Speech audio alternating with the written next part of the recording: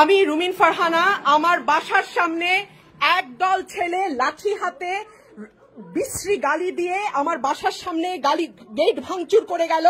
আসসালামু আলাইকুম ভাই ব্রাদার, কি খবর সবার? দর্শক, বাংলাদেশের বর্তমান কি অবস্থা সেটা আপনাদের কাছে বলার কিছু নেই, আপনারা সবাই জানেন। দর্শক, ব্যারিস্টার রুমিন ফারহানার বাড়িতে কিছুক্ষণ আগে কিছু যুবক ছেলেপেলেরা এসে হামলা করছে।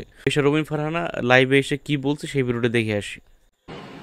আমি রুমিন ফারহানা আমার বাসার সামনে একদল ছেলে লাঠি হাতে বিশ্রী গালি দিয়ে আমার বাসার সামনে গেট ভাঙচুর করে গেল।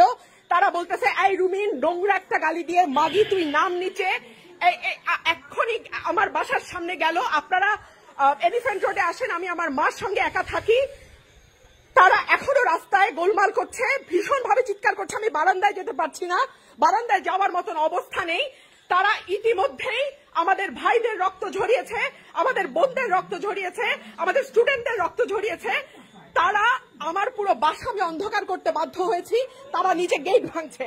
আপনারা দেখুন, আপনারা আসুন, আপনারা একটা ব্যবস্থা নিন, আপনারা।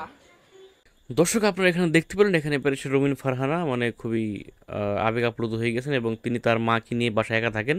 তো তিনি বলতেছেন যে আশেপাশে যারা আছেন তারা আমার বাড়ির সামনে অবস্থান করেন, এই দুর্বৃত্তরা আমার বাড়িতে হামলা করছে, গেট ঠেট পিটাই টেট হয়ে গেছে আর কি, এই হলো অবস্থা।